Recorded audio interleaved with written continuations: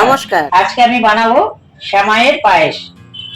সেমাইয়ের পায়েস বানাতে আমাকে লাগবে সেমাই, দুধ,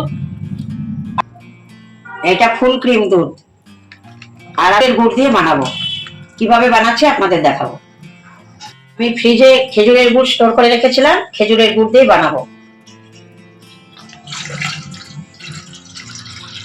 আমি গ্যাস জ্বালিয়ে দুধটাকে বসিয়ে দিচ্ছি।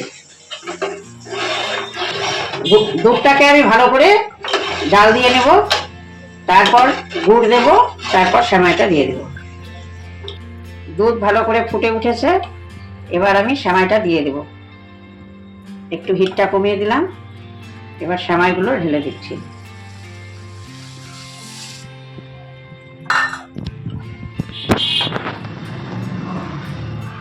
একটু নেড়ে নিয়ে আমি গুড় দিয়ে দেব।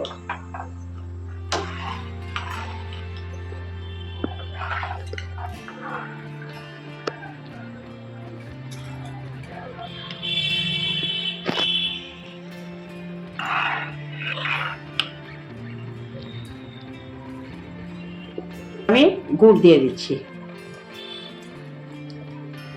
খেজুর গুড়ের পায়েসে আমি তেজপাতা, এলাচ এসব আমি দেই না, কারণ খেজুর গুড়ের সেন্টটা চলে যায়। এই জন্য আমি খালি খেজুর গুড় দিয়েই বানাচ্ছি, দুধ আর খেজুরের গুড় দিয়েই বানাচ্ছি।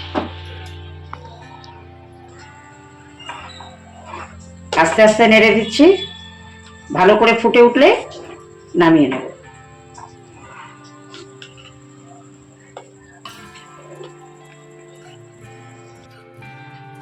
আমার খেজুর গুড়ের সেমাই রেডি হয়ে গেছে।